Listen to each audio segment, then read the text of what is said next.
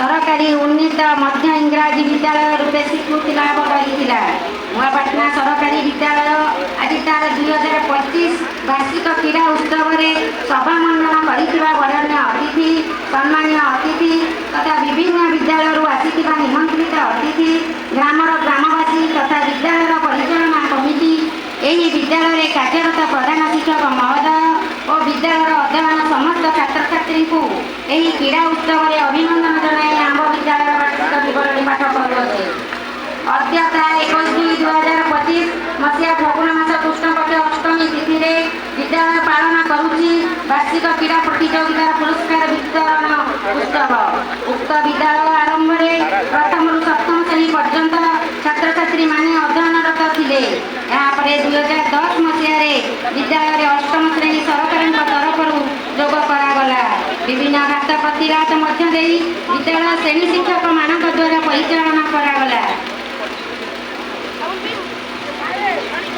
अतीतरे grammar सभापति श्री हरिचंद्र स्वाई, द्विजवर विश्वाल, सुरेंद्र बेहेरा, मायाधर बेहेरा, गोविंद बेहेरा, दिवाकर विश्वाल, नंद खुंटिया और केतेक समाजसेवी ग्रामवासी मानकर अक्लांत उद्यम उक्त विद्यालय परिचालन कार्य कराउथिले।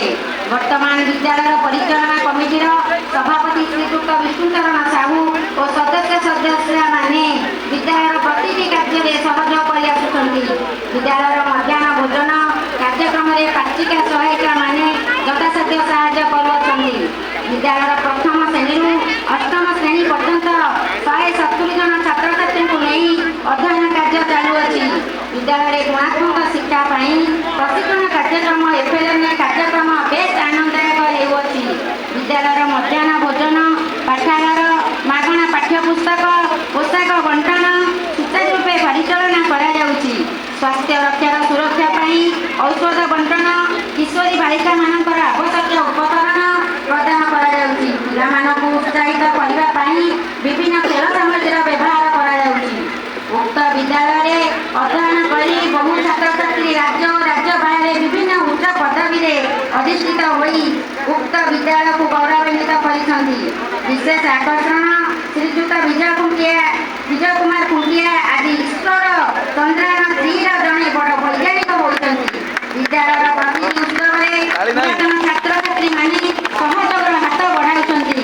विद्यालय परिचालन निमंते केतेक अभाव असुविधा आपणकर दृष्टि आकर्षण करुअछि। एक छात्र छात्री अति आवश्यक